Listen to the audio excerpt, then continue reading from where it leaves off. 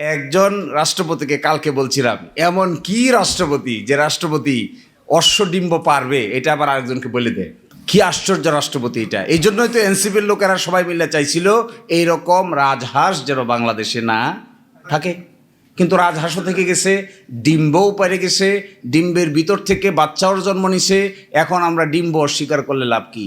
সব 70% মানুষ, মানে প্রায় 5 কোটি বাচ্চার জন্ম দিছে। এটা এখন থেকে সরা যাচ্ছে না।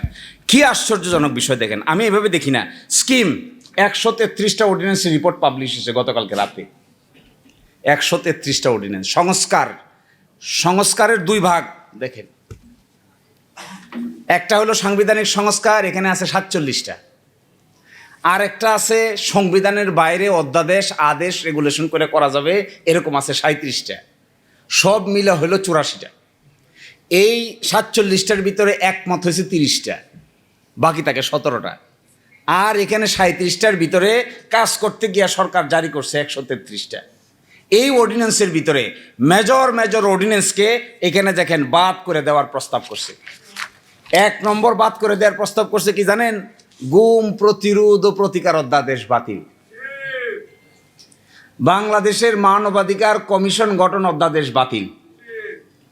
দুর্নীতি দমন কমিশন অধ্যাদেশ সংশোধন অধ্যাদেশ বাতিল।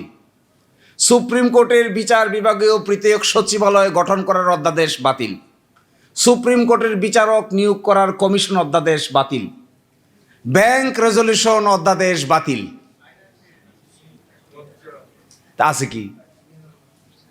কোনটা আছে? এটা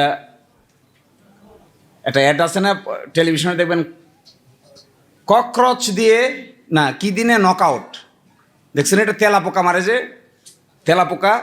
আপনি আমাদের এখানে যে এরসল আছে, যেখানে বেশি তেলাপোকা আছে এরসল মারবেন, একটা এরসল আর এক মারার পরে দেখবেন একটা তেলাপোকা আর একটা তেলাপোকার গলায় ধরে কান্দে। দুইটাই মৃত্যুপথ যাত্রী। একটা জিজ্ঞাসা করে আপনি কবে মরবেন, সে বলে আমি এখনই মরবো, আর একটা বলে আমার নিয়ে যায়। এইটা দেখে, এই প্রস্তাবগুলো দেখে আমার কাছে মনে হয়েছে জগতের মানুষ আমাদের দিকে তাকায় মনে করতেছে সরকারি দল বিরোধী দল সবই তো মরবে দেখি। এটা তো মরার বুদ্ধি। আচ্ছা বলেন, গুম প্রতিরোধ প্রতিকার অধ্যাদেশ বাতিল করার কি কারণ থাকতে পারে? একমাত্র ডিজিএফআই শাটারিং ছাড়া আমি তো আর কিছু দেখি না। ডিজিএফআই আপত্তি ছাড়া, এসবিএনএসআর আপত্তি ছাড়া এই আইনাগর তৈরি করার মূল কারিগর ডিজিএফআই। এই ডিজিএফআই আপত্তি ছাড়া শহীদুল আলম ভাইকে নিয়ে ধৈর্য মাইরিয়া পিটাইয়া কেন এই কথা বললো, কেন ওই কথা বললো না, কেন পক্ষে বিপক্ষে এই কথা বললো, অমুকরে মতামত দিল, এই জন্য শহীদুল আলম ভাই কই ছিল আমরা সবাই জানি। তো তাদের আপত্তি ছাড়া গুম এবং খুন পাশ করার আপত্তি কি ভদ্রলোকের থাকতে পারে? কেউ গুম চাই আমরা? আমার তো মনে হয় না আপনারা কেউ গুমের পক্ষে। তো এটা কেন বাদ দিতে হবে? মানবাধিকার কমিশন অধ্যাদেশ কেন বাদ দিতে হবে? মানবাধিকার কমিশনের যিনি চেয়ারম্যান বলা হয়েছে, তাকে যে অ্যাপয়েন্টমেন্ট দেওয়া হবে, এটা হবে একটা সার্চ কমিটির মাধ্যমে। প্রাইম মিনিস্টার চাইলেই নিয়োগ দিতে পারবে না, চাইলে বাদও দিতে পারবে না। বাদ দিতে গেলে একটা সুপ্রিম জুডিশিয়াল কাউন্সিলের সিস্টেম করে বাদ দিতে হবে।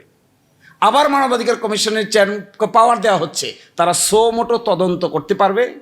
ইভেন কোন আইন শৃঙ্খলা বাহিনীর লোকেরা যদি জড়িত থাকে তাকে অ্যারেস্টও করতে পারবে। এই অধ্যাদেশটা বাদ করার কি কারণ থাকতে পারে? তার মানে কি তদন্ত কেউ করবে না? পাশে দেখবেন কমেন্টে লিখছে বাদ দেওয়ার পিছনে মূল কারণ হইল, এটা পড়লে আপনারা সবাই গলাগলি করে হাসবেন, যেহেতু সরকারের সংবেদনশীল আইন শৃঙ্খলা বাহিনীর সদস্যরা এই অপরাধের সঙ্গে জড়িত থাকতে পারে।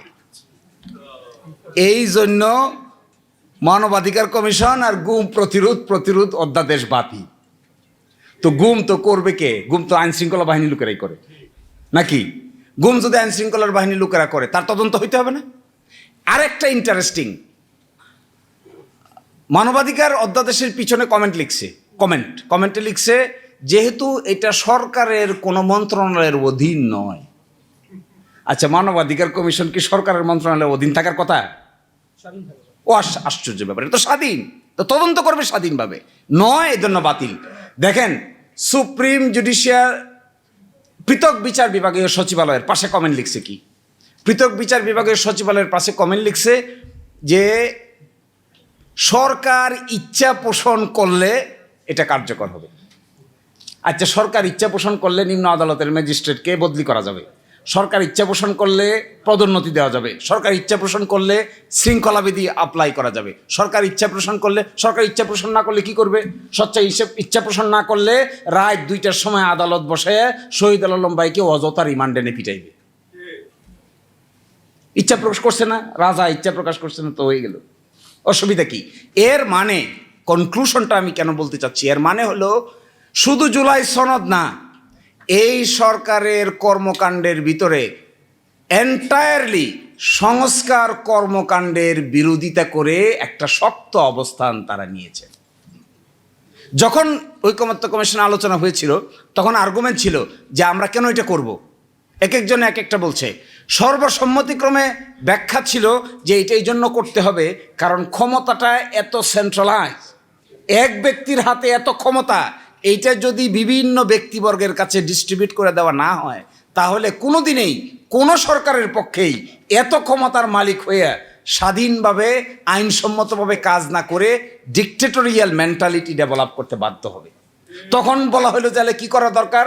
রাষ্ট্রপতি এবং প্রধানমন্ত্রীর ভারসাম্য। তো রাষ্ট্রপতি প্রধানমন্ত্রীর ভারসাম্য করা হয়েছে। এখানে ভারসাম্য করা হয়েছে যতগুলো সাংবিধানিক প্রতিষ্ঠান আছে, যেমন ধরেন সাংবিধানিক প্রতিষ্ঠান কি?